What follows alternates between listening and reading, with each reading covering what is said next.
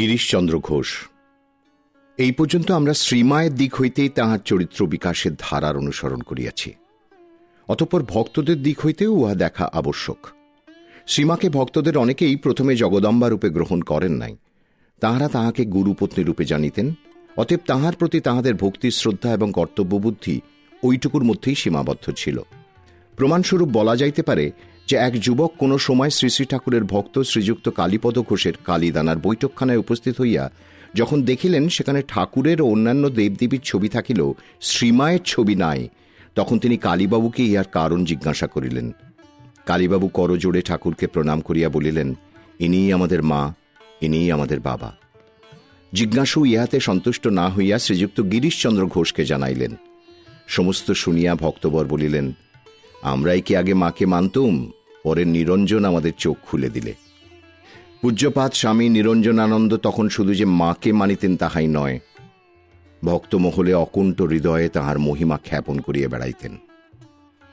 ত্যাগী সন্তানেরা প্রথমাবধি শ্রীমাকে জগদম্বা জ্ঞানে ভক্তি শ্রদ্ধা করিতেন এবং তাহাকে সহৃদয় স্থাপনপূর্বক ভক্তি অর্ঘ্য প্রদান করিতেন। কিন্তু নিরঞ্জনানন্দজির মতন তাহারা ডাকিয়া হাঁকিয়া প্রচার করিতেন না। স্বামী নিরঞ্জনানন্দ যাহা সত্য বলিয়া বুঝিতেন তাহা অকুত ভয়ে সর্বসমক্ষে প্রচার করিতেন। ইহারই ফলে গিরিশচন্দ্র প্রভৃতি অনেকে শ্রীমায়ের স্বরূপের কিঞ্চিত আভাস পাইয়াছিলেন। শ্রীরামকৃষ্ণ একদিন বলিয়াছিলেন যে গিরিশচন্দ্রের বিশ্বাস 5 শিকে 5 আনা। শ্রীমাকে গুরুপত্নী হিসাবে তিনি শ্রদ্ধা তো করিতেনই, অধিকন্তু যেদিন তাহাকে জগদম্বারূপে গ্রহণ করিলেন সেদিন সে শ্রদ্ধা ঐরূপ প্রকৃষ্ট ভক্তির আসনে উন্নীত হইল। পরবর্তী ঘটনা হইতে আমরা আংশিক পরিচয় পাই। তখনও গিরিশচন্দ্রের দ্বিতীয় পক্ষে স্ত্রী জীবিত আছেন। গিরিশ একদিন তাহার সহিত নিজ গৃহে ছাদে বেড়াইতেছিলেন। এদিকে শ্রীমাও অদূরবর্তী বলরাম ভবনের ছাদে উঠিয়াছেন। উহা যে গিরিশের ছাদ হইতে দেখা যায় তাহার জানা ছিল না। গিরিশচন্দ্রের পত্নী শ্রীমাকে দেখাইয়া পতিকে বলিলেন, ওই দেখো, মাও বাড়ির ছাদে বেড়াচ্ছেন। গিরিশচন্দ্র অমনি পিছন ফিরিয়া দাঁড়াইয়া বলিলেন, না না, আমার পাপ নেত্র, এমন করে লুকিয়ে মাকে দেখব না, এবং সঙ্গে সঙ্গে নিচে নামিয়া গেলেন। শ্রীমা পরে ইহা গিরিশ জায়ার নিকট শুনিয়াছিলেন। অনেকের ধারণা এই সুলক্ষণা পত্নী হইতেই গিরিশের গুরুলাভ, অর্থলাভ, যশলাভ প্রভৃতি সর্বপ্রকার সৌভাগ্যের উদয় হইয়াছিল। ইহার গর্ভে 2টি কন্যা ও 1টি পুত্র জন্মিয়াছিল। পুত্রের জন্মের পর প্রসূতি যখন কঠিন রোগে আক্রান্ত হইয়া চিরবিদায় লইলেন, বাংলা 1295 সালের 12ই পৌষ, ইংরাজি 1888 খ্রিস্টাব্দের 26শে ডিসেম্বর, তখন গিরিশচন্দ্র চারিদিক শূন্য দেখিলেন। শ্রীরামকৃষ্ণকে বকলমা দেবার পর তাহার শোক করিবার পর্যন্ত অধিকার ছিল না।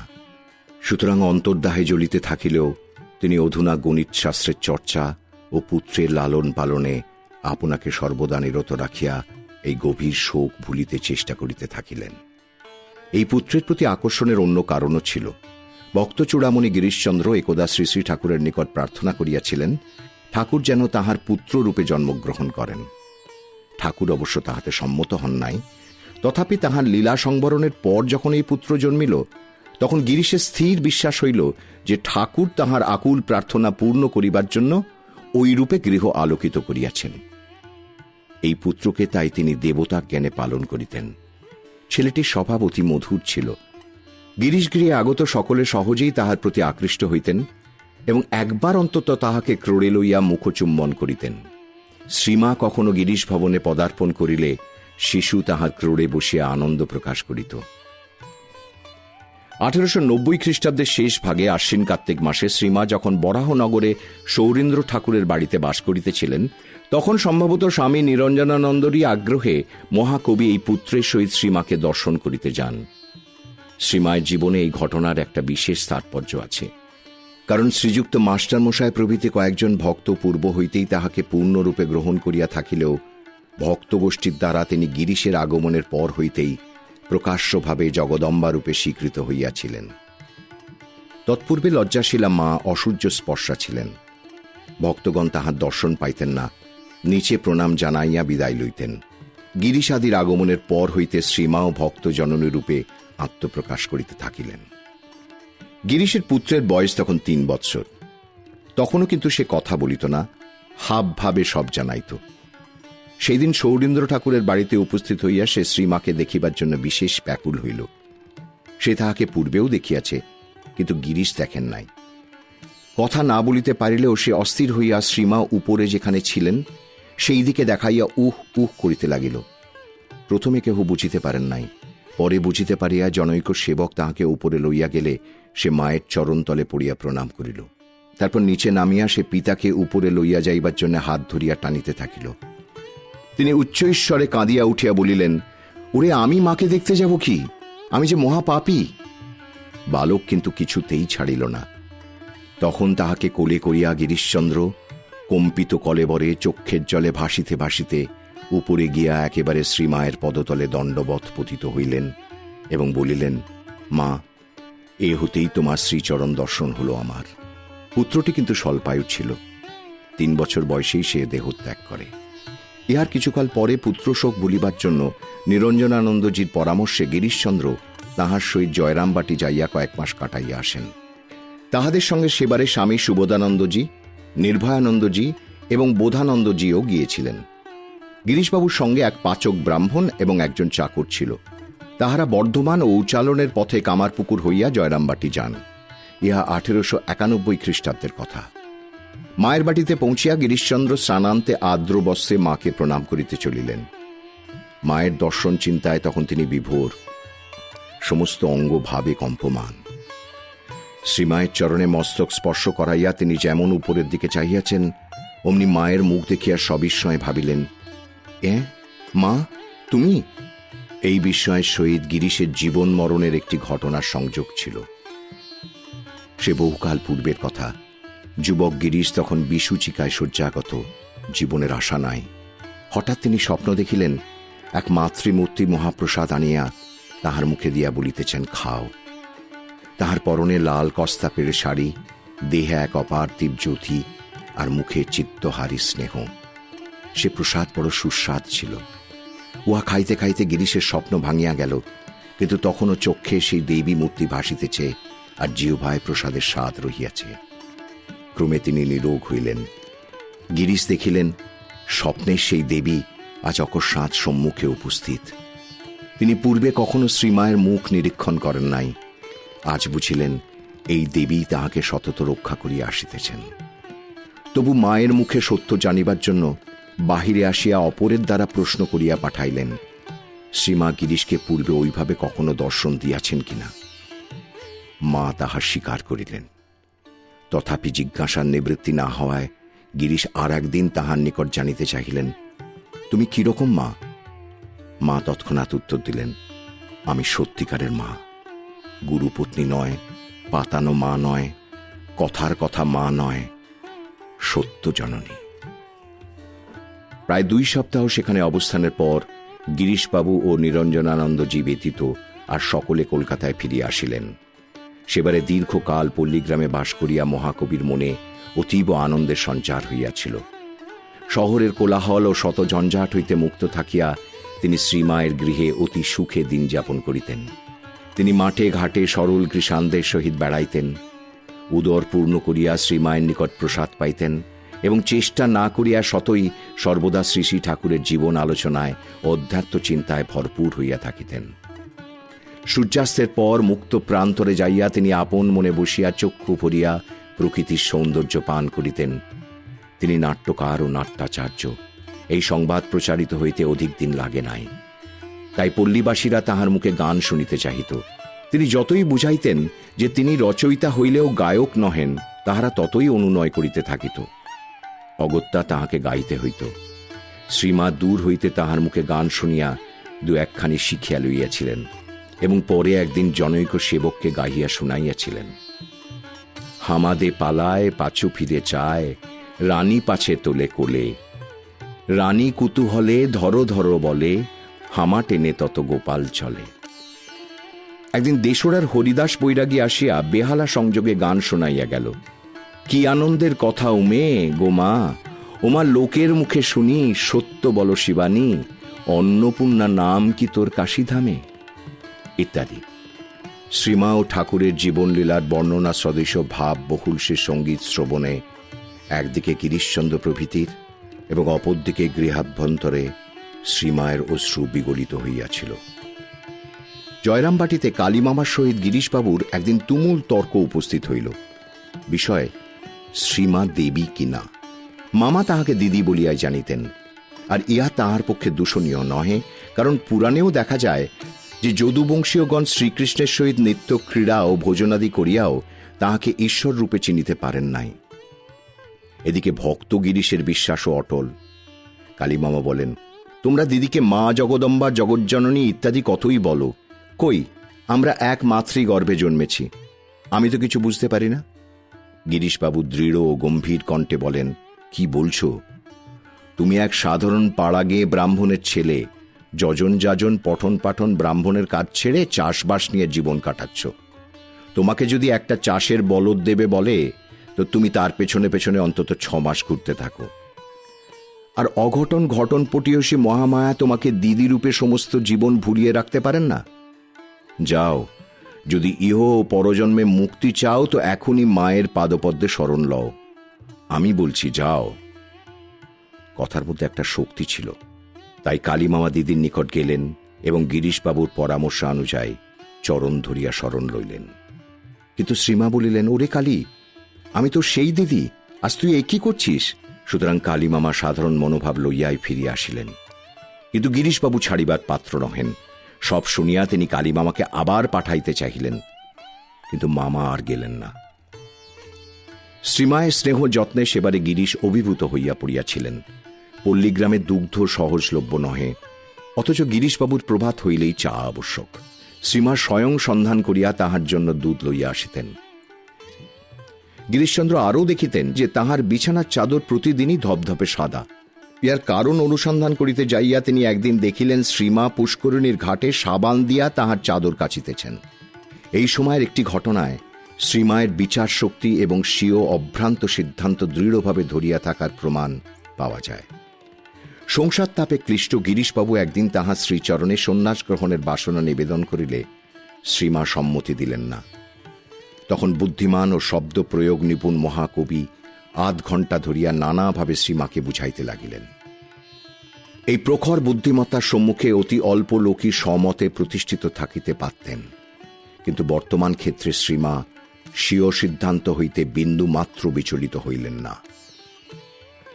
ওই অঞ্চলে থাকার সুযোগে গিরিশবাবু শ্রী শ্রী রামকৃষ্ণের জন্মস্থানেও কিছুদিন বাস করিয়াছিলেন। শ্রীমাও সঙ্গে গিয়াছিলেন। গিরিশবাবু জয়রামবাটি হইতে ফিরিবার কালে শ্রী শ্রী মাকে অকপটে অন্তরে সকল কথা খুলিয়া বলিয়া অতঃপর তাহার ইতি কর্তব্যতা সম্বন্ধে জিজ্ঞাসা করিয়া লইয়াছিলেন। এখন হইতে সম্পূর্ণ অন্য এক ব্যক্তি হইয়া তিনি কলকাতায় ফিরিলেন এবং ঠাকুরের অলৌকিক চরিত্র এবং শিক্ষা দীক্ষা লইয়া পুস্তক সকলের প্রণয়নে অবশিষ্ট জীবন নিয়োগ করিতে কৃত সংকল্প হইলেন। সূক্ষ্মদর্শী ও সুকবি গিরিশের চক্ষু যেমন সুন্দর ও পবিত্র দৃশ্যাবলী চিরকালের মতো হৃদয় মুদ্রিত করিয়া লইত, তাহার নিপুণ ভাষাও তেমন প্রয়োজন স্থলে উহার নিখুঁত চিত্র অঙ্কিত করিয়া অপরের তৃপ্তি ও কল্যাণ বিধান করিত। মা যখন সরকার বাড়ি লেনে গুদাম বাড়িতে ছিলেন 1896 খ্রিস্টাব্দে, তখন গিরিশ প্রায় সেখানে তাহাকে প্রণাম জানাইতে যাইতেন। মা যেদিন সে বাড়ি হইতে দেশে ফিরিবেন সেদিন কবিবর সেখানে আসিলেন এবং কাহাকেও কিছু না বলিয়া শুধু স্বামী যোগানন্দকে ডাকিয়া লইয়া গম্ভীরভাবে উপরে চলিয়া গেলেন। উপস্থিত সকলেই তাহাদের অনুসরণ করিলেন। গিরিশ শ্রীমাকে ভক্তিভরে সাষ্টাঙ্গ প্রণাম করিয়া যুক্ত করে বলিলেন, মা, তোমার কাছে যখন আসি তখন আমার মনে হয় আমি যেন ছোট্ট শিশু নিজের মায়ের কাছে যাচ্ছি। আমি বয়স্ক ছেলে হলেও মায়ের সেবা করতে পারতুম, কিন্তু সবই উল্টা ব্যাপার। তুমিই আমাদের সেবা করো, আমরা তোমার করি না। এই তো জয়রামবাটি যাচ্ছ, সেখানে পাড়াগাঁয়ের উনুনের পাশে বসে দেশের লোকের জন্য রাঁধবে আর তাদের সেবা করবে। আমি কেমন করে তোমার সেবা করব, আর মহামায়ের সেবার কি বা জানি? বলিতে বলিতে তাহার কণ্ঠ রুদ্ধ ও মুখ আরক্তিম হইল। একটু পরে সকলের দিকে চাহিয়া বলিলেন, ভগবান ঠিক আমাদেরই মতো মানুষ হয়ে জন্মান, এটা বিশ্বাস করা মানুষের পক্ষে শক্ত। তোমরা কি ভাবতে পারো যে তোমাদের সামনে পল্লীবালার বেশে জগদম্বা দাঁড়িয়ে আছেন? তোমরা কি কল্পনা করতে পারো যে মহামায়ী সাধারণ স্ত্রীলোকের মতো ঘরকন্যা ও আর সব রকম কাজকর্ম করছেন? অথচ তিনিই জগজ্জননী, মহামায়া, মহাশক্তি, সর্বজীবের মুক্তির জন্য এবং মাতৃত্বের আদর্শ স্থাপনের জন্য আবির্ভূতা হয়েছেন। গিরিশের উদ্দীপনাময় ভাব ও গম্ভীর বাক্যে সকলে ভক্তিপূর্ণ হৃদয় স্টেশন পর্যন্ত যাইয়া শ্রীমাকে গাড়িতে তুলিয়া দিলেন। গিরিশ শ্রীমাকে প্রথমে গুরু পত্নী রূপে এবং পরে মাতা ও দেবী রূপে গ্রহণ করিয়াছিলেন। সকল ব্যাপার দেখিয়া শুনিয়া মায়ের প্রতি তাহার ভক্তি বা শ্রদ্ধা মিশ্রিত আত্মীয়তা বোধ এতই বৃদ্ধি পাইয়াছিল যে তিনি শুধু মায়ের সেবা ও প্রকাশ্যে মহিমা খ্যাপন করিয়াই ক্ষান্ত হইতেন না, নিজ হৃদয়ের মায়ের প্রতি সন্তানবৎ একটা নিঃসংকোচ ব্যবহারেরও শক্তি পাইতেন। গিরিশচন্দ্রের মাতৃসেবা সম্বন্ধে শ্রীমায়ের নিজের উক্তি হইতে জানা যায় যে গিরিশ একসময় 1.5 বৎসর কাল মায়ের সমস্ত ব্যয়ভার বহন করিয়াছিলেন। তাহার সরল পুত্রবৎ আচরণেরও একটি দৃষ্টান্ত দিলাম। শ্রীমা একবার দীর্ঘকাল পরে দেশ হইতে ফিরিতেছেন, সঙ্গে যোগিন মা এবং গোলাপ মাও আছেন। বিষ্ণুপুরের গাড়ি হাওড়া স্টেশনে সকালে পৌঁছিবার কথা, তাই স্বামী ব্রহ্মানন্দজি স্বামী প্রেমানন্দজিকে ডাকিয়া বলিলেন, বাবুরামদা, মা আসছেন অনেকদিন পরে, একবার কি হাওড়া স্টেশনে গিয়া মাকে দর্শন করা যায় না? প্রস্তাবে প্রেমানন্দজি সহজেই সম্মত হইলেন, কিন্তু স্টেশনে আসিয়া জানিলেন যে গাড়ি প্রায় 3 ঘণ্টা দেরিতে পৌঁছিবে। তথাপি এত দূরে আসিয়া ফিরিয়া যাওয়া চলে না বলিয়া তাহারা অপেক্ষা করিতে লাগিলেন। দারুণ গ্রীষ্ম, সকলেরই খুবই কষ্ট হইতেছিল, তথাপি কেহ দর্শন না করিয়া ফিরিলেন না। নির্দিষ্টকালের বহু পরে গাড়ি আসিলে যোগিন মা ও গোলাপ মা সন্তর্পণে মাকে নামাইলেন। ব্রহ্মানন্দজি ও সমবেত ভক্তদের প্রতি গোলাপ মা দৃষ্টি পড়িবা মাত্র তিনি তাহাদের নিকটে আসিয়া শাসাইয়া গেলেন, হ্যাঁ মহারাজ, তোমাদের কি একটু আক্কেল নাই? এই রোদে মা তেতে পুড়ে এলেন, আর তোমরাই যদি পেন্নাম করবার জন্য এখানে এসে বিভ্রাট করো, তো অপরের আর কথা কি? নিতান্ত অপরাধীর ন্যায় মহারাজ আর প্রণাম করিতে অগ্রসর হইলেন না। ভক্তদেরও তখন সেই অবস্থা। শ্রীমাকে বাগবাজারে লইয়া যাওয়া হইল। এদিকে মহারাজ ও বাবুরাম মহারাজ ভাবিলেন, প্রণাম না করিলেও একবার মায়ের বাড়িতে গিয়া দেখিয়া আসা উচিত ব্যবস্থাদি ঠিক ঠিক হইয়াছে কিনা। সুতরাং ভিন্ন গাড়িতে তাহারাও সেখানে পৌঁছিয়া নিচে বসিয়া রহিলেন। এমন সময় গিরিশবাবু আসিয়া উপস্থিত, ঘর্মাক্ত কলেবর, গায়ে সামান্য একটা পিরান। তিনিও মায়ের দর্শনার্থী। মহারাজ প্রভৃতিকে নিচে দেখিয়া তিনি মায়ের কুশলাদি জিজ্ঞাসা করিতে লাগিলেন। তিনি যথাসাধ্য নিম্নস্বরেই কথা কইতেছিলেন, তথাপি গলার স্বাভাবিক গম্ভীর আওয়াজ উপরেও পৌঁছিতেছিল। ইহা শুনিয়া গোলাপ মা নিচে আসিয়া আবার হাওড়া স্টেশনেরই মতো ভর্ৎসনা করিতে লাগিলেন। কিন্তু এবার পট পরিবর্তন হইয়া গিয়াছে, আর নায়কের ভূমিকায় নামিয়াছেন মহারাজের স্থলে গিরিশচন্দ্র। তাই গোলাপ মা যেমন বলিলেন, বলিহারি যাই ঘোষজার এই অপূর্ব ভক্তি দেখে। বলি, গিরিশবাবু, মাকে তো দেখতে এসেছ, মা তেতে পুড়ে এলেন, কোথায় একটু জিরোবেন, না এখানেও এলে কিনা জ্বালাতন করতে? অমনি গিরিশবাবু সে কথায় কান না দিয়া সোজা উপরে চলিলেন এবং স্বামীজিকে ডাকিয়া বলিলেন, চলো চলো মহারাজ, বাবুরাম, মাকে দেখে আসি। গোলাপ মার শাসন বাণী পুনরুচ্চারিত হইলে গিরিশ সেবিকার দিকে চাহিয়া বলিলেন, ঝাঁঝা মেয়ে বলে কিনা মাকে জ্বালাতন করতে এসেছি।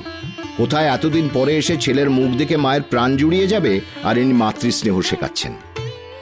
তাহারা উপরে চলিয়া গেলেন এবং মাও তাহাদিগকে সাদরে গ্রহণপূর্বক আশীর্বাদ করিলেন। গোলাপ মাও ততক্ষণে আসিয়া পড়িয়াছেন। তিনি সজল নয়নে অভিযোগ করিলেন, শেষে কিনা গিরিশবাবু আমাকে এরকম বললে। শ্রীমা তাহার দিকে চাহিয়া বলিলেন, তোমাকে না অনেকবার বলেছি আমার ছেলেদের সম্বন্ধে মতামত প্রকাশ করতে যেও না। গিরিশবাবু জয়লাভ করিয়া সগর্বে নিচে নামিয়া আসিলেন। 1314 সালের শারদীয়া পূজার দিন ঘনাই আসিতেছে। শ্রীযুক্ত গিরিশ এবং তাহার দিদি শ্রীযুক্ত দক্ষিণা স্বামী শারদানন্দজির দ্বারা জয়রামবাটিতে পত্র লিখাইলেন। তাহাদের একান্ত ইচ্ছা যে শ্রীমা গিরিশবাবুর বাটিতে দুর্গোৎসবের সময় উপস্থিত থাকেন। তিনি না আসিলে পূজাই ব্যর্থ হইবে। শ্রীমায়ের সম্মতি পাইলেই তাহারা পাথেও পাঠাইয়া দিবেন। শ্রীমায়ের শরীর তখন ম্যালেরিয়ায় ভুগিয়া খুবই খারাপ। তথাপি তিনি পত্র শুনিয়া ভক্তের বাঞ্ছা পূর্ণ করিবার জন্য কলকাতায় যাইতে সম্মত হইলেন। তদনুসারে সমস্ত ব্যবস্থা হইল। যথাসময় শ্রীমা বিষ্ণুপুরের পথে কলকাতা যাত্রা করিলেন। তাহার সঙ্গে চলিলেন পাগলি মামি ও রাধু। বিষ্ণুপুরে পৌঁছিয়া তাহারা দেখিলেন যে শ্রীযুক্ত মাস্টার মহাশয় ও ললিতবাবু অপ্রত্যাশিতভাবে তথায় উপস্থিত আছেন এবং আহারাদির ব্যবস্থা করিয়া রাখিয়াছেন। সেবার কলকাতায় দাঙ্গা হইতেছিল। রাত্রে শহর অন্ধকার, তাই তাহারা শ্রীমায়ের নিরাপত্তার জন্য আগাইয়া আসিয়াছেন। আহারাদি হইয়া গেলে সকলে ট্রেনে উঠিলেন। সন্ধ্যার পর ট্রেন হাওড়া স্টেশনে পৌঁছিলে দেখা গেল শ্রীমাকে লইয়া যাইবার জন্য ললিতবাবুর ঘোড়ার গাড়ি উপস্থিত আছে। উহাতে শ্রীমাকে বসাইয়া এবং প্রহরী রূপে পাদানে ও কোচবাক্সে কয়েকজন ভক্ত দাঁড়াইয়া বা বসিয়া সকলে বলরামবাবুর বাটিতে উপস্থিত হইলেন। এইখানেই শ্রীমায়ের বাসস্থান নির্দিষ্ট হইয়াছিল। পরদিন গিরিশের দিদি আসিয়া প্রণাম করিয়া জানাইলেন যে শ্রীমা আসাতে তাহাদের সমস্ত সমস্যার সমাধান হইয়া গেল। কারণ গিরিশ বাঁকিয়া বসিয়াছিলেন, মা না আসিলে পূজা করা নিরর্থক, সুতরাং সেরূপ স্থলে তিনি পূজা করিবেন না। দিন কয়েক পরে গিরিশ ভবনে পূজা আরম্ভ হইল। শ্রীমায়ের সম্মুখেই কল্প আরম্ভ হইল। এদিকে আবার বলরাম ভবনে আর এক পূজার সূত্রপাত হইল। সপ্তমীর দিন প্রাতঃকাল হইতেই দলে দলে ভক্ত আসিয়া শ্রীমায়ের পাদপদ্মে পুষ্পাঞ্জলি দিতে লাগিলেন। ঘণ্টার পর ঘণ্টা ধরিয়া তিনি শত শত ভক্তের অর্ঘ্য গ্রহণ করিলেন। পরে গিরিশ ভবন হইতে সংবাদ পাইয়া পূজা দর্শনার্থে তথায় গেলেন এবং পূজা শেষ না হওয়া পর্যন্ত সেখানেই রহিলেন। মহাষ্টমী দিনেও শ্রীমা বলরাম গৃহে ভক্তদের পূজা গ্রহণ করিলেন। গিরিশ ভবনেও তাহাই করিতে হইল। তখন তাহার শরীর অসুস্থ থাকিলেও চাদর মুড়ি দিয়া তিনি সকলের পূজা স্বীকার করিলেন, কাহাকেও বিফল মনোরথ করিলেন না। 2 দিন এরূপ পরিশ্রমের পর স্থির হইল যে সন্ধি পূজায় মা উপস্থিত থাকিবেন না। সেবার গভীর রাত্রে সন্ধি পূজা। গিরিশ ও তাহার দিদি সংবাদ পাইয়া দুঃখে মুহ্যমান হইলেন এবং আক্ষেপ করিতে লাগিলেন, কিন্তু সেরূপ পরিস্থিতিতে কিছুই করিবার নাই। এদিকে সন্ধি পূজার কিছু পূর্বে শ্রীমা বলিলেন যে তিনি গিরিশ ভবনে যাইবেন এবং তদনুসারে বলরামবাবুর বাটির পশ্চিম পার্শ্বস্থ সরু গলি দিয়া তিনি ও স্ত্রী ভক্তগণ হাঁটিয়া চলিলেন। গিরিশের খিড়কির দরজায় উপস্থিত হইয়া শ্রীমা দ্বারে আঘাত করিয়া বলিলেন, আমি এসেছি। সে সংবাদ বিদ্যুৎ বেগে সর্বত্র প্রচারিত হইয়া এক নব উদ্দীপনার সঞ্চার করিল। ঝি দরজা খুলিয়া দিল। গিরিশ আনন্দে শুনিলেন সাক্ষাৎ জগদম্বা তাহার পূজা গ্রহণার্থে সমস্ত কষ্ট স্বীকার করিয়া এই গভীর রাত্রে সত্য সত্যই পূজা মণ্ডপে অবতীর্ণা। একটু পূর্বে তিনি ভক্তদের সহিত উপরে বৈঠকখানায় বসিয়াছিলেন এবং বলিতেছিলেন যে মাই যখন আসিলেন না তখন পূজা মণ্ডপে যাওয়া বৃথা। এখন মায়ের আগমন সংবাদে সোল্লাসে গদগদ স্বরে হাঁপাইতে হাঁপাইতে বলিলেন, আমি ভেবেছিলুম আমার পূজাই হল না। এমন সময় মা দরজায় ঘা দিয়ে ডাকলেন, আমি এসেছি। তাড়াতাড়ি সকলে নিচে নামিয়া আসিলেন। শ্রীমা প্রতিমার প্রতি নিবদ্ধ দৃষ্টি হইয়া উত্তর পশ্চিম কোণে দাঁড়াইয়া রহিলেন। ভক্তগণ আসিয়া তাহার শ্রীচরণে পুষ্পাঞ্জলি দিলেন। নবমী পূজাও এইভাবেই কাটিয়া গেল। 3 দিনই শ্রীমা সকলের অর্ঘ্য লইলেন। গিরিশের আত্মীয় স্বজন, এমনকি থিয়েটারের অভিনেতা অভিনেত্রী, পরিচিত অপরিচিত, কেহই বঞ্চিত হইল না। মহাপূজা শেষ হইল। পূজার পর শ্রীমা দেশে যাইবার জন্য ব্যস্ত হইলেন, কিন্তু ভক্তগণ তাহাকে কালী পূজার পূর্বে ছাড়িতে চাহিলেন না। অতএব উক্ত পূজার পর 24শে কার্তিক যাত্রার দিন স্থির হইল। এবারেও শ্রীমা বিষ্ণুপুরের পথে দেশে গিয়াছিলেন। যাইবার পূর্বে বাড়িতে পত্র লিখিয়া খবর দেওয়া হইয়াছিল যাহাতে দেশরা গ্রামে পালকি ও বাহক রাখা হয়, কিন্তু মামারা কিছুই করেন নাই। সুতরাং সন্ধ্যার অন্ধকারে হাঁটিয়া আসিতে শ্রীমা ও অপর সকলের বিশেষ কষ্ট হইয়াছিল। এইসব কথা আমরা পূর্বে মায়া শিকার অধ্যায়ে বলিয়া আসিয়াছি। তখন শ্রীমায়ের শরীর ভালো নহে এবং ভ্রাতাদের সংসারে তাহাকে অনেক পরিশ্রম করিতে হয় বলিয়া কলকাতার ভক্তগণ এবার শ্রীযুক্তা গোলাপমা ও কুসুম কুমারীকে তাহার সঙ্গে পাঠাইয়াছিলেন। শ্রীমাকে একটু সুস্থ দেখিয়া গোলাপমা কিছুদিন পরে কলকাতায় ফিরিয়া আসেন।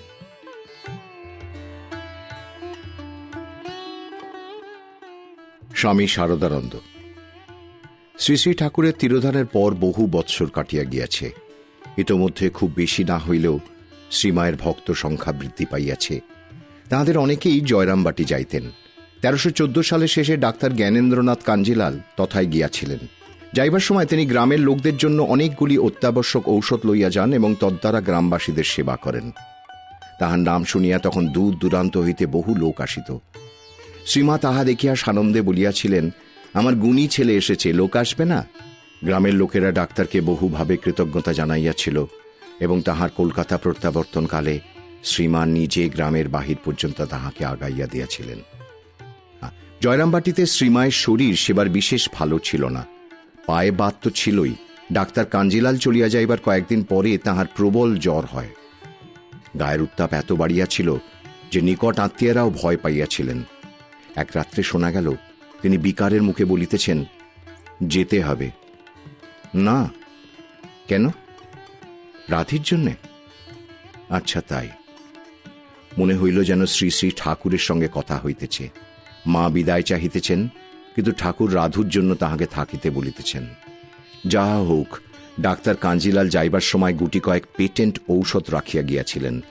উহারই একটির ব্যবহারে সে যাত্রা তিনি সুস্থ হইয়া উঠিলেন। শ্রীমা দেশে থাকিলেও স্বামী শারদানন্দজি সর্বদা পত্র দ্বারা কিংবা লোক পাঠাইয়া তাহার খবর লইতেন এবং প্রয়োজন মতো অর্থ কিংবা ঔষধাদি পাঠাইতেন। শ্রীমাকে কলকাতায় আনিবার জন্যও তিনি আগ্রহ দেখাইতেন, কিন্তু তাহার ইচ্ছার বিরুদ্ধে কিছুই বলিতেন না। এবারও অসুখের সংবাদ পাইয়া তিনি তাহাকে কলকাতায় আগমনের জন্য পুনঃ পুনঃ অনুরোধ জানাইয়াছিলেন, কিন্তু মা আসেন নাই। ইতোমধ্যে কলকাতায় একটা বড় পরিবর্তন হইয়া গিয়াছে। শ্রীমা কলকাতায় আসিলে তাহাকে অনেক সময় ভক্তগৃহে উঠিতে হইত। তিনি অত্যন্ত সহনশীলা হইলেও তাহার ব্যক্তিগত স্বাধীনতাকে পরের বাড়িতে অনিবার্য কারণে খর্ব হইতে দেখিয়া শারদানন্দজি কষ্ট পাইতেন। অধিকন্তু ইদানিং শ্রীমায়ের সঙ্গে তাহার আত্মীয় স্বজন এবং ভক্ত মহিলা 2-4 জন প্রায় থাকিতেন। গৃহস্থের পক্ষে এত লোকের সুব্যবস্থা করা কঠিন ও ব্যয়সাধ্য হইত। ভাড়া বাড়িতে সেবিকাদি সহ বাসের ব্যবস্থা করাও স্বামী শারদানন্দ প্রমুখ সন্ন্যাসীর পক্ষে বড় সহজ ছিল না। আবার সময় মতো উপযুক্ত বাড়ি পাওয়া যাইত না। পাইলেও উহা প্রায় গঙ্গা হইতে দূরে থাকায় শ্রীমায়ের গঙ্গা স্নানের অসুবিধা হইত। এতদ্ব্যতীত উদ্বোধন পত্রের পরিচালনার জন্য এবং ওই কার্যে নিযুক্ত সাধুদের বসবাসের জন্য বাড়ির প্রয়োজন ছিল। এইসব কথা ভাবিয়া শারদানন্দজি এক গুরু দায়িত্ব স্কন্ধে লইতে উদ্যত হইলেন। তিনি বাগবাজার অঞ্চলে মায়ের জন্য একটি পাকা বাড়ি নির্মাণ করিবেন। শ্রীযুক্ত কেদারচন্দ্র দাস মহাশয় ঠাকুরবাটি নির্মাণের জন্য বাগবাজারে গোপাল নিয়োগী লেনে 3 কাঠা 4 ছটাক জমি 1906 খ্রিস্টাব্দের 18 জুলাই বেলুন মঠকে দান করেন। প্রথমে উহাতে উদ্বোধনের জন্য একখানি খোলার ঘর করার প্রস্তাব হয়, কিন্তু শারদানন্দজি ছোট পাকা বাড়ির পক্ষপাতী ছিলেন। বাড়ি করার পুঁজির মধ্যে তাহার হাতে ছিল তখন স্বামীজির পুস্তক বিক্রয় হইতে সঞ্চিত 2700 টাকা। হিসেব করিয়া দেখা গেল যে উহা ভিত্তি নির্মাণেই নিঃশেষিত হইবে। তথাপি তিনি ঋণ করিয়া বাড়ি শেষ করার আশায় ওই জন্য উদ্যোগ করিতে লাগিলেন। ইহাতে অনেক আপত্তি উঠিল, তবুও শ্রীমায়ের আশীর্বাদ ভরসা করিয়া তিনি 5700 টাকা ঋণ লইয়া 1907 খ্রিস্টাব্দের শেষ ভাগে কার্যে অবতীর্ণ হইলেন। অবশ্য ইহাতে ব্যয় সংকুলান হইল না, আরও অর্থ সংগ্রহ করিতে হইল। অবশেষে অশেষ পরিশ্রমের ফলে প্রায় 11,000 মুদ্রা ব্যয় গৃহ নির্মাণ কার্য সমাপ্ত হইলে 1908 খ্রিস্টাব্দের শেষ ভাগে উদ্বোধন কার্যালয় নূতন গৃহে স্থানান্তরিত হইল। এই বাটিতে তখন একতলায় 6 খানি, দ্বিতলে 3 খানি এবং ত্রিতলে 1 খানি, সর্বসমেত 10 খানি ঘর ছিল। নিচের ঘরগুলি উদ্বোধনের জন্য এবং উপরেরগুলি শ্রীমায়ের ও তাহার সঙ্গিনীদের জন্য নির্ধারিত রহিল। শ্রীমা তখনও জয়রামবাটিতে ছিলেন। বাটি প্রস্তুত হইয়াছে সংবাদ পাইয়াও তিনি তখনই আসিতে চাহিলেন না। 1315 সালের একটি ঘটনা এখানে উল্লেখযোগ্য। ওই সালের ফাল্গুনের শেষে কামারপুকুরে শ্রী শ্রী ঠাকুরের জন্মোৎসব করিবার জন্য কাকুরগাছির যোগোদ্যান হইতে স্বামী যোগবিনোদ তথায় উপস্থিত হন এবং উৎসবটিকে সর্বাঙ্গ সুন্দর করিবার জন্য শ্রীমাকে জয়রামবাটি হইতে লইয়া যান। উৎসবে শ্রীমা খুবই আনন্দ পাইয়াছিলেন। উৎসবের অব্যবহিত পরেই জয়রামবাটিতে এক নূতন পরিস্থিতির উদ্ভব হইল এবং উহার প্রতিবিধানের জন্য শ্রীমা তাহার অতি বিশ্বস্ত এবং ধীর স্থির সন্তান স্বামী শারদানন্দকে ডাকিয়া পাঠাইলেন। শ্যামাসুন্দরী দেবীর দেহত্যাগের পর শ্রীমাই ভ্রাতাদের সংসারে অভিভাবিকা ছিলেন, কিন্তু এখন তাহারা ও ভাতৃবধূগণ সকলেই সাবালক। তাহাদের মধ্যে মতবিরোধ ও স্বার্থের সংঘর্ষ প্রতি পদে প্রবলভাবে দেখা দিতে লাগিল। অতএব উপায়ন্তর না দেখিয়া শ্রীমা স্থির করিলেন যে ভ্রাতাদের ইচ্ছা অনুযায়ী বিষয় বন্টন করিয়া দেওয়াই শ্রেয়। ইহাতে মধ্যস্থতা করিবার জন্য শারদানন্দজির তথায় যাওয়া আবশ্যক। 1909 খ্রিস্টাব্দের 23শে মার্চ স্বামী শারদানন্দজি শ্রীযুক্তা যোগিন মা, গোলাপ মা এবং একজন ব্রহ্মচারীর সহিত জয়রামবাটি যাত্রা করিয়া পরদিনই তথায় উপস্থিত হইলেন। অতঃপর তিনি নবাসন, কামারপুকুর ইত্যাদি স্থানে কয়েকদিন বেড়াইয়া আসিলেন। এই সময় দেখা যাইত যে বৈষয়িক কার্যের জন্য আসিলেও শ্রীযুক্ত শরৎ মহারাজ অধিকাংশ সময় সকলের সহিত শ্রীরামকৃষ্ণ প্রসঙ্গাদি করিতেন অথবা স্বামীজির জ্ঞান যোগ সম্পাদনা করিতেন। শ্রীমা তখন খুবই ব্যস্ত থাকিতেন। সংসারের দৈনন্দিন কর্ম ছাড়াও শারদানন্দজির জন্য 2 বেলা কিছু তরকারি প্রভৃতি রান্না করিতেন। জল পড়িয়া উঠানের মাটি অসমতল হইলে সহস্তে উহা সমান করিয়া দিতেন। দেখিয়া শুনিয়া ব্রহ্মচারীর মনে শ্রীমাকে সাহায্য করার আগ্রহ জাগিল, কিন্তু জয়রামবাটিতে ওইভাবে শ্রীমায়ের হাত হইতে কাজ কাড়িয়া লইলে মামিদের অখ্যাতি হবে বলিয়া শারদানন্দজি তাহাকে সাবধান করিয়া দিলেন। এইভাবে দিন কয়েক কাটিয়া গেলে জমি জমা মাপযোগ করিবার জন্য কোয়ালপাড়া হইতে শ্রীযুক্ত কেদারনাথ দত্তকে আনানো হইল। কেদারবাবু আসিয়া কার্যভার লইলেন। এদিকে স্বামী শারদানন্দজির দৈনন্দিন সৎপ্রসঙ্গ ও সম্পাদনা কার্যাদি পূর্ববৎ চলিতে লাগিল। জমির মাপ হইয়া গেলে ভাগাভাগির প্রসঙ্গ আসিল। দলিল সমস্তই তখন কালীমামার হাতে ছিল। প্রসন্ন মামা উহা নিজের জিম্মায় রাখিতে চাহেন। সুতরাং প্রথমে দলিল ভাগেরই প্রশ্ন উঠিল, কিন্তু স্বামী শারদানন্দজি রায় দিলেন জমি ও দলিল একই সঙ্গে বিভক্ত হইবে। বড় মামার তাহা মনোপুত হইল না, তাই যে ঘরে বসিয়া কথা হইতেছিল শারদানন্দজি সেখান হইতে একটু অন্যত্র যাইবা মাত্র তিনি দলিলগুলি হস্তগত করিতে চাহিলেন। ইহাতে দুই ভ্রাতার কাড়াকাড়ি আরম্ভ হইল। এমন সময় শারদানন্দজি আসিয়া পড়ায় বড় মামা বিফল মনোরথ হইয়া বসিয়া পড়িলেন। বস্তুত গৃহস্থ বাটিতে এইরূপ স্থলে যে প্রকার মনোমালিন্য ও গোলমাল হইয়া থাকে, বর্তমান ক্ষেত্রে তাহার বিন্দু মাত্র অল্পতা ছিল না। তথাপি দেখা গেল যে শারদানন্দজি সবসময়ই সুমেরুবৎ অচল অটল রহিয়াছেন, এবং তাহারই উপর নির্ভর করিয়া শ্রীমাও এই সমস্তের ঊর্ধ্বে স্বমহিমায় প্রতিষ্ঠিত রহিয়াছেন। মায়ের এই স্থিত প্রজ্ঞত্বের প্রতি দৃষ্টি আকর্ষণ করিয়া তাই শারদানন্দজি একদিন বলিয়াছিলেন, আমাদের তো দেখছ পান থেকে চুন খসলে আমরা চোটে আগুন হই, কিন্তু মাকে দেখো, তার ভাইরা কি কাণ্ডই করছেন, অথচ তিনি যেমন তেমনটি আছেন, ধীর স্থির। ভাগবাটোয়ারার ব্যবস্থা শেষ হইয়া যথাকালে সালিসি দলিল লিখা হইল।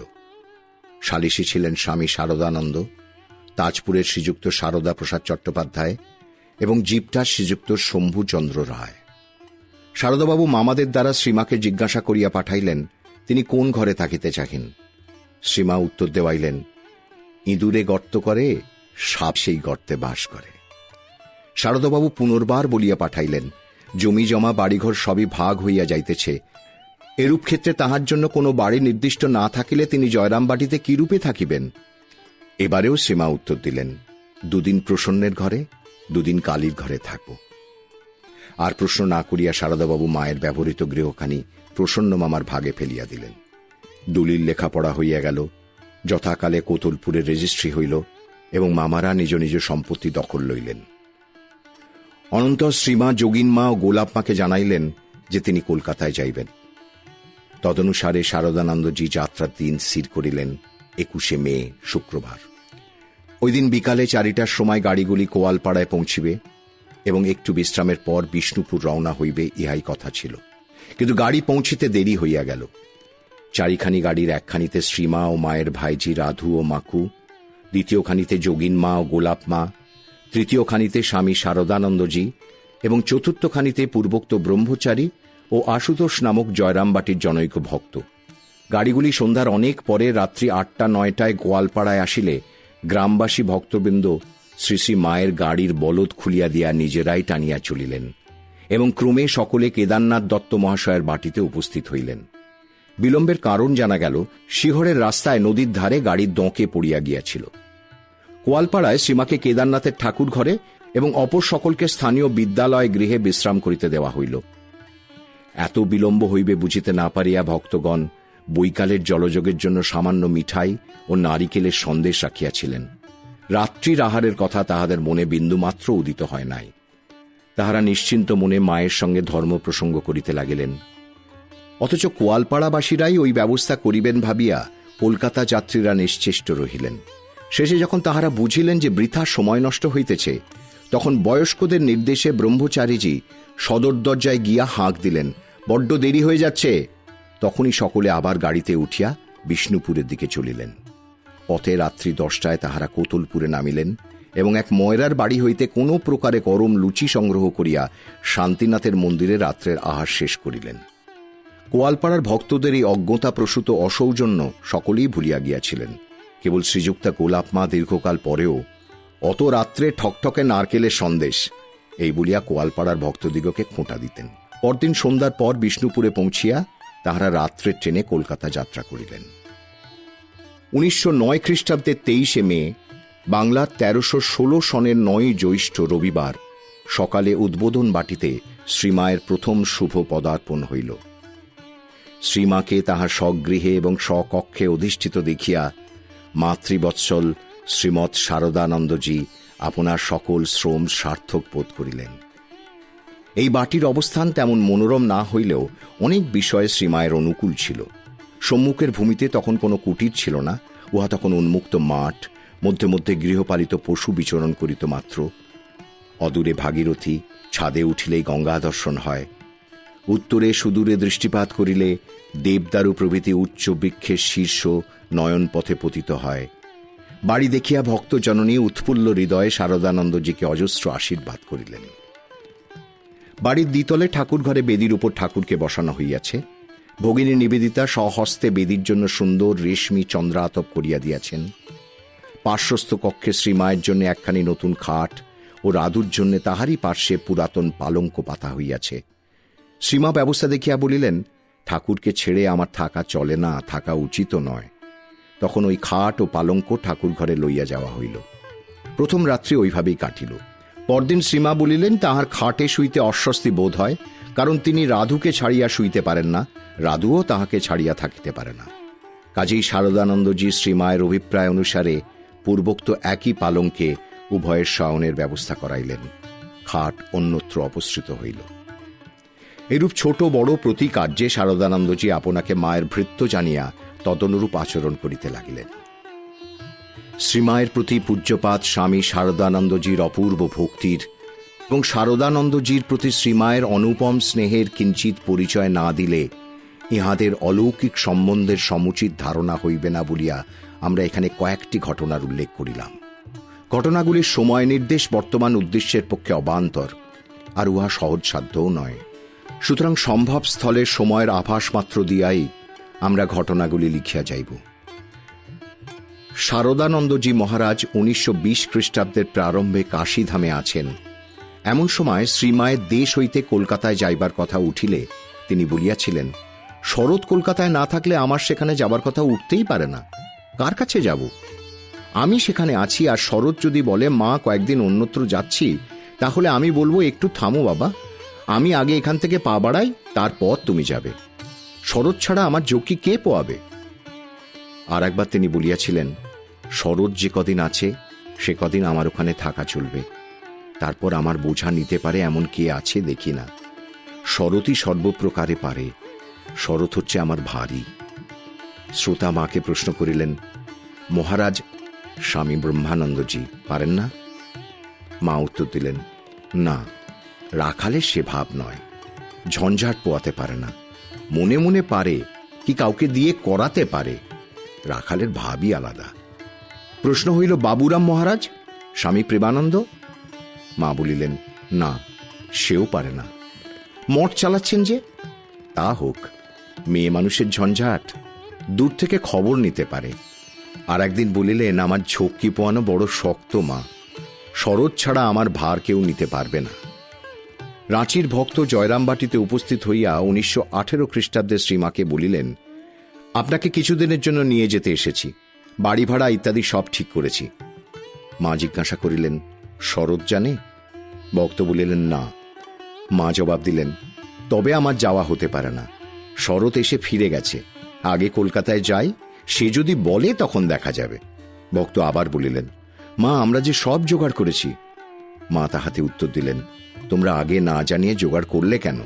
ভক্ত চলিয়া গেলে মা বলিলেন, দেখো মা, ওরা মনে করে আমাকে নিয়ে যাওয়া খুব সোজা, ওরা কেবল হুজুগ করতেই জানে। আর একবার তারা ঢাকাতে কাগজ ছাপিয়ে দিলে আমি নাকি সেখানে যাব, অথচ আমি কিছুই জানি না। 2-4 দিন সবাই করতে পারে, আমার ভার নেওয়া কি সহজ? শরৎ ছাড়া কেউ ভার নিতে পারে এমন তো দেখিনি। সে আমার বাসুকি, সহস্র ফনা ধরে কত কাজ করছে, যেখানে জল পড়ে সেখানেই ছাতা ধরে। শ্রী সুরেন্দ্রনাথ মজুমদার একদিন তাহার ভ্রাতা সৌরেন্দ্রনাথকে লইয়া দীক্ষার জন্য শ্রীমায়ের নিকট উপস্থিত হইলেন। শ্রীমা তখন অসুস্থ, তাই কিছুদিন পরে আসিতে বলিলেন। সুরেন্দ্রবাবু তাহাতে নিবৃত্ত না হইয়া জিদ করিতে লাগিলেন। তখন মা বলিলেন, শরতের কাছে যাও, সে যা ব্যবস্থা করবে তাই হবে। ভক্ত ধরিয়া বসিলেন, আর কাউকে আমরা জানি না, আপনার কাছে এসেছি, আপনাকে দিতেই হবে। মা উত্তর দিলেন, বলো কি? শরৎ আমার মাথার মণি, শরৎ যা করবে তাই হবে। শ্রীমা এমন জোর দিয়া কথাগুলো বলিলেন যে ভক্তদ্বয় বুঝিলেন আদেশ মানা ভিন্ন উপায় নাই। অতএব শারদানন্দজির নিকট যাইয়া দীক্ষার প্রস্তাব করিলেন। তিনিও বলিলেন যে শ্রীমায়ের অসুখের সময় দীক্ষা হওয়া অসম্ভব। তখন ভক্তদ্বয় শ্রীমায়ের সমস্ত কথা একে একে নিবেদন করিলেন। সব শুনিয়া শারদানন্দজি কিছুক্ষণ নিস্তব্ধ থাকিয়া কহিলেন, মা এ কথা বলেছেন? আচ্ছা, তোমরা অমুক দিন প্রস্তুত হয়ে এসো। স্বীয় আরাধ্যা দেবীর নিকট এই রূপ মান পাইলেও শারদানন্দজি নিতান্ত নিরভিমান ছিলেন। তিনি তখন লীলা প্রসঙ্গ লিখিতে আরম্ভ করিয়াছেন। ছোট ঘরখানিতে দপ্তর খুঁড়িয়া কাজ আরম্ভ করিবেন এমন সময় জনৈক ভক্ত আসিয়া ভূমিষ্ঠ প্রণাম করিলেন। শারদানন্দজি ভক্তের দিকে চক্ষু তুলিয়া সকৌতকে বলিলেন, এত বড় প্রণামটা যে করছ, এর মানে কি বলতো? ভক্ত কহিলেন, সে কি মহারাজ, আপনাকে প্রণাম করব না তো করব কাকে? দৈন্যের প্রতিমূর্তি শরৎ মহারাজ প্রত্যুত্তর দিলেন, তুমি যার কৃপা পেয়েছ, আমিও তাঁরই মুখ চেয়ে বসে আছি। তিনি ইচ্ছা করলে এখনই তোমাকে আমার আসনে বসিয়ে দিতে পারেন। শরৎ মহারাজ আপনাকে মায়ের বাড়ির দাঁড়ি বলিয়াই মনে করিতেন। এই স্বেচ্ছায় গৃহীত দারোয়ানের কার্য কিন্তু সবসময় সুখকর ছিল না। একদিন বরিশালের ভক্ত শ্রীযুক্ত সুরেন্দ্রনাথ রায় মহাশয় মাতৃদর্শন মানসে হ্যারিসন রোড হইতে হাঁটিতে হাঁটিতে ঘর্মাক্ত কলেবরে 2-3টার সময় উদ্বোধনে উপস্থিত হইলেন। তাহার কয়েক মিনিট মাত্র পূর্বে মাতা ঠাকুরানী বাইর হইতে ফিরিয়া বিশ্রাম করিতেছিলেন। সুরেন্দ্রবাবুকে সিঁড়ি দিয়া উপরে যাইতে দেখিয়া দাঁড়ি শারদানন্দজি বলিলেন, এখন মার কাছে যেতে দেব না, তিনি এইমাত্র ক্লান্ত হয়ে ফিরেছেন। ভক্ত ঝোঁকের মাথায় তাহাকে একপাশে ঠেলিয়া দিয়া চলিয়া গেলেন এবং বলিলেন, মা কি কেবল একা আপনার? কিন্তু উপরে যাইয়া কৃতকর্মের জন্য অনুতপ্ত হইয়া ভাবিতে লাগলেন, ফিরবার সময় দেখা না হলেই মঙ্গল। শ্রীমাকেও নিজের অন্যায়ের কথা জানাইলেন। তিনি আশ্বাস দিয়া বলিলেন যে ছেলের কোনো দোষ নাই এবং তাহার ছেলেরাও অপরাধ গ্রহণ করেন না। তথাপি সলজ্জভাবেই নামিতে নামিতে ভক্ত দেখিলেন শারদানন্দজি ঠিক একই স্থানে একইভাবে পাহারায় নিযুক্ত আছেন। তিনি প্রণাম করিয়া কৃত অপরাধের জন্য ক্ষমা চাহিলে শারদানন্দজি তাহাকে আলিঙ্গন করিয়া বলিলেন, অপরাধ আবার কি? এমন ব্যাকুল না হলে কি তাঁর দেখা পাওয়া যায়? নূতন বাড়িতে আসার কয়েক সপ্তাহের মধ্যেই শ্রীমা পানি বসন্তে আক্রান্ত হইলেন। তখন তাহাকে বাগবাজার স্ট্রিটের এক শীতলার পূজারীর চিকিৎসাধীন রাখা হয়। ব্রাহ্মণ প্রত্যহ আসিতেন এবং মাতা ঠাকুরানী তাহাকে গলবস্ত্র হইয়া প্রণাম করিতেন ও পদধূলি লইতেন।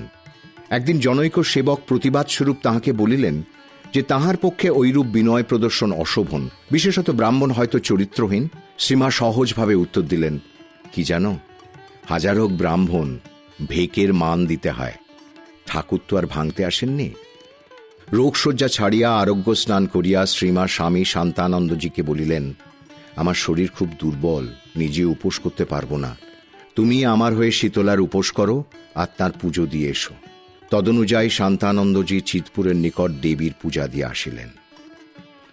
আরোগ্য লাভের পর শ্রীমাকে গোলাপ মা ও যোগিন মার সহিত ললিতবাবুর গাড়িতে বিভিন্ন স্থানে লইয়া যাওয়া হইত। এইরূপে তিনি পার্শ্বনাথের মন্দির, রামরাজাতলা, হাওড়ায় নবগোপালবাবুর গৃহ প্রভৃতি স্থান এবং 2 বার 21শে আগস্ট ও 6ই সেপ্টেম্বর জন্মাষ্টমীর দিন কাকুরগাছি যোগোদ্যানে যান। 12ই সেপ্টেম্বর মিনার্ভা থিয়েটারে পাণ্ডব গৌরব অভিনয়কালে দেবী মূর্তির আবির্ভাব দেখিয়া এবং হ্যারো হর মনোমোহিনী ইত্যাদি সুললিত গান শুনিয়া তিনি সমাধিস্থ হইয়াছিলেন।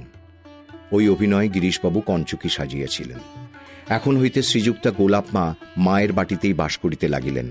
তিনি ছোট মামির সহিত ঠাকুর ঘরের পাশের ঘরে শুইতেন। ওই ঘরেই শ্রীমা তেল মাখিতেন ও পান সাজিতেন। দক্ষিণের ঘরখানি তখন ভোজন গৃহ রূপে ব্যবহৃত হইত। যোগিন মা তখন 2 বেলাই আসিতেন, আসিয়া ভাঁড়ার বাহির করিতেন ও কুটনা কুটিতেন। এই বাড়িতে শ্রীমায়ের আগমনের পর একবার 1 নম্বর লক্ষ্মী দত্ত লেনের দত্তগৃহে শ্রীযুক্ত যতীন মিত্রের কীর্তন হয়। ওই উপলক্ষে শ্রীমা ও ভক্তগণ আমন্ত্রিত হন। মিত্র মহাশয় পেশাদার কীর্তনিয়া না হইলেও সুগায়ক ছিলেন। সেদিন মাথুর কীর্তন হইতেছিল, উহা সবটাই বিরহে পূর্ণ। কীর্তনের ভাব ও সঙ্গীতের মাধুর্যে সকলেই মুগ্ধ হইয়াছিলেন।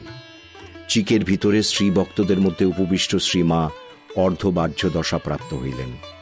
ক্রমে যতীনবাবুর বিদায়ের সময় উপস্থিত হইল। তাহাকে ট্রেনে অন্যত্র যাইতে হইবে, তাই তিনি বিরহের মধ্যেই গান সমাপ্ত করিতে যাইতেছেন দেখিয়া ভাবাবিষ্টা শ্রীমা গোলাপ মার দ্বারা বলাইলেন যে কীর্তনটি মিলনে শেষ করা উচিত। যতীনবাবু মিলন গাইয়া গান সমাপ্ত করিলেন এবং উদ্দেশ্যে শ্রীমাকে প্রণাম করিয়া বিদায় লইলেন। এদিকে মিলন গানের ভাব, তান, লয় ও স্বরমাধুর্যে এমন এক অপূর্ব আবহাওয়া সৃষ্টি হইয়াছিল যে শ্রীমা গানের শেষে সম্পূর্ণ বাহ্যজ্ঞান শূন্য হইয়া বসিয়া রহিলেন।